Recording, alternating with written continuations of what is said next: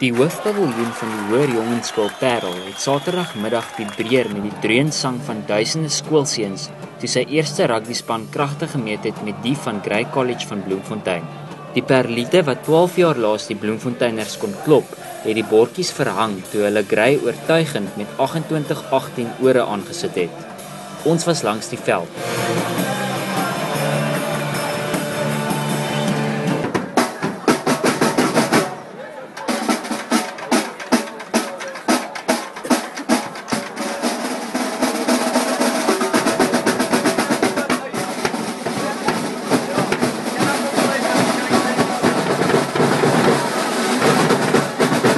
Hoekom dink jy kom hier so baie mense na die games toe?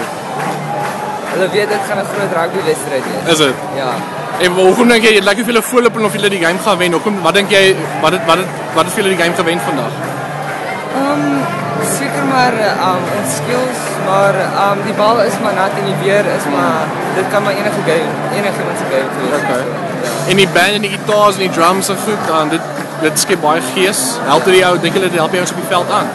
Ek dink dit help nogal baie. Hoekom sê jy so? As mense support, dit help nogal om net 'n ekstra bietjie. As jy nou in pyn is, sal dit ons help hulle net weer daai. Ek dink soos wat ons verwag het, gaan dit 'n baie fisies wedstryd wees en soos ons Grey ken, gaan hulle nooit moed opgee nie of tou opgooi nie en dis presies wat hulle gedoen het. Jy weet, hulle het tot op die einde gespeel en dit klink nou na 'n gemaklike telling, maar ek meen dit kon op 'n stadium weer 2 vinnige 3 en dan was ons in die moeilikheid geweest. En waar sit jy die wen in jou pecking order as coach? Nee, ek moet sê dit is definitief een van my top 3. Ja, ek ben nog jonk in die ding in, so hopelik is daar nog baie wat voor lê, maar hierdie is definitief in die top 3. Dit is regtig jy weet, maak nie saak wie Grey is of wat Grey is nie, maar dis altyd gedigte teestanders en dis altyd 'n plesier om teen hulle te speel, wen of verloor, want jy weet dit gaan die beste uit jou spelers uitbring en ook uit hulle sin uit en dis waaroor rugby gaan, nee. We